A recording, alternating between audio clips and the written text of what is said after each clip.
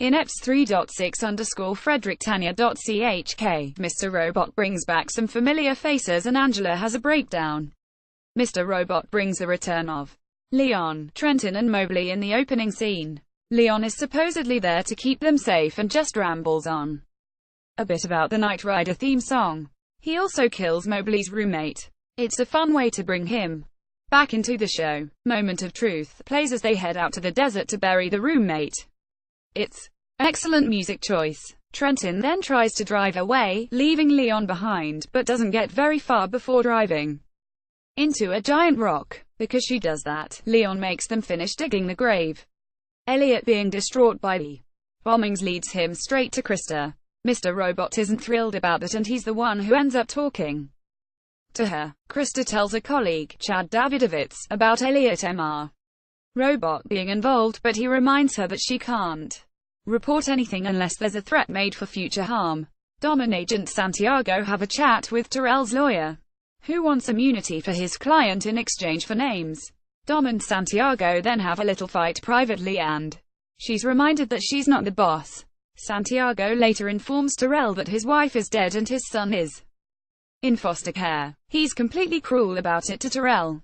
The emotion on Terrell's face makes it hard to not feel bad for him. The bombing sent Angela into what just might be one of the biggest downward spirals we've seen on Mr. Robot. Elliot has had his fair share of them, but Angela is asking Darlene if she thinks the dead people are okay. Angela has had one of the best storylines in this show. She's been through a lot and it's not close to being over for her. Mr. Robot pays a visit to Irving and ends up waking up in the backseat of a car. The dynamic that Bobby Cannavale and Christian Slater have on screen is wonderful. They're two interesting characters who are very particular in what they say and do. It would be great to see more of these two together.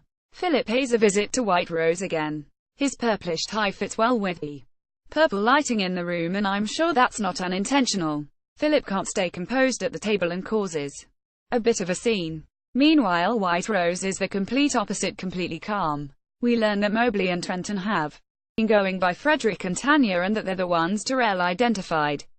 This certainly explains their return better than just being with Leon. While they're in a garage, the FBI is breaching a house. It's clever to make it look like they're going to be caught, even though it's highly unlikely that the Dark Army would be that foolish. They're in the right place, but they're too late to save Trenton and Mobley, who are sacrificed for the cause.